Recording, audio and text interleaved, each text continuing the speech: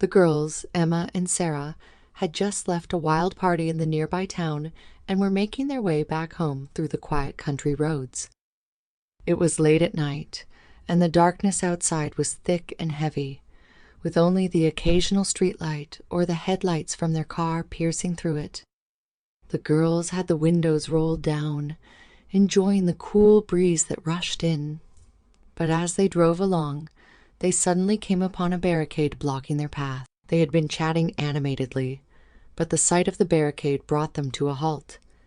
Emma brought the car to a stop, and they both peered ahead, trying to figure out what was going on. It was a wooden barricade, with a large sign hanging from it that read, "Road closed." "What do we do now?" Sarah asked, her voice betraying a hint of concern. "We can't just turn back now," Emma said, a hint of irritation creeping into her voice.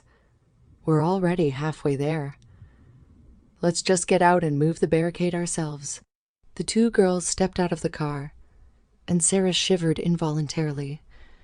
It was chilly outside, and the cold breeze cut through her flimsy dress, sending a shiver down her spine. They walked up to the barricade, and Emma tugged at it, but it was firmly stuck in the ground. "Ugh, it's stuck," Emma grunted, tugging harder. "Help me out, Sarah." The two girls began to push and pull at the barricade, trying to dislodge it, but it wouldn't budge.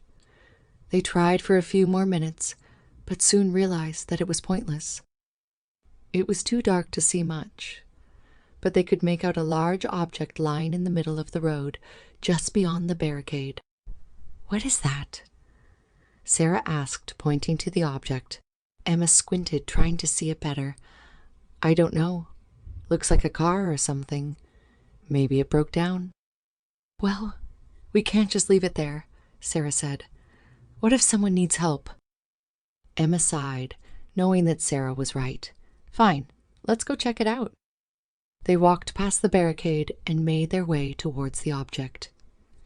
As they got closer, they realized that it was indeed a car, a sleek black sedan.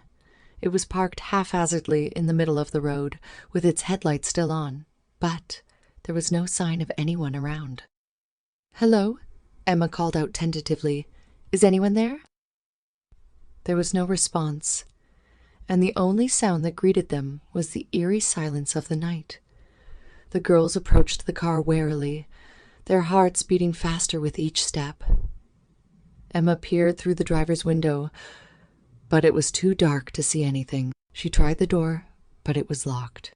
"Let's go around to the other side," Sarah suggested, and they made their way to the passenger side of the car. Sarah peered inside and gasped. "What is it?" Emma asked, moving closer. It's a body," Sarah stammered, her voice barely above a whisper.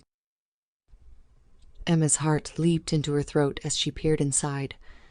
It was indeed a body, slumped over in the passenger seat, its head resting against the window. The girls could make out the figure of a man, but his face was obscured in the shadows. Is he dead?"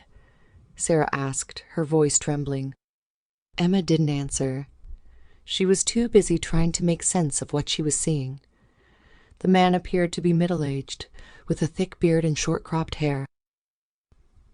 As the girls made their way through the dark, winding road, their unease grew. The woods were alive with strange noises, and the silence that followed was even more unsettling. Suddenly, they saw a figure standing in the middle of the road ahead. It was a woman dressed in rags, with wild, tangled hair that covered her face. The girls slowed their car to a stop, unsure of what to do. The woman stood there, motionless, staring at them with empty eyes. "We should go," one of the girls whispered, her voice trembling.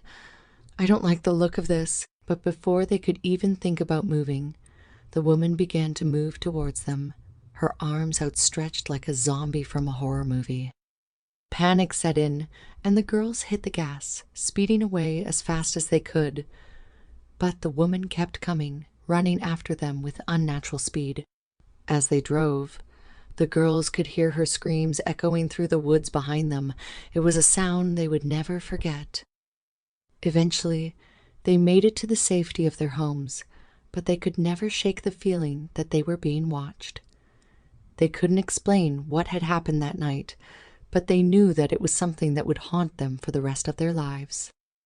Years went by, and the girls moved on with their lives. They grew up, went to college, got jobs, and started families of their own. But they never forgot the events of that night, and they never fully recovered from the fear and paranoia that had taken hold of them. One day, many years later, one of the girls received a mysterious package in the mail. It was a small box wrapped in plain brown paper with no return address. Curiosity getting the best of her, she opened the box, and inside she found a single yellowed newspaper clipping. It was an old article, dated from the year they had gone to that party so many years ago. The article was about a woman who had been found dead in the woods, not far from where they had encountered the mysterious figure on the road that night. The woman's body had been badly mutilated, and the cause of death was never determined. As the girl read the article, a sense of dread washed over her. She knew that this was the woman they had seen that night, the woman who had chased after them with such terrifying ferocity. But as she looked closer at the clipping, she noticed something even more chilling. There, in the corner of the photo, was the face of the woman who had haunted her for so many years. It was the face of her own mother, who had disappeared when she was just a child.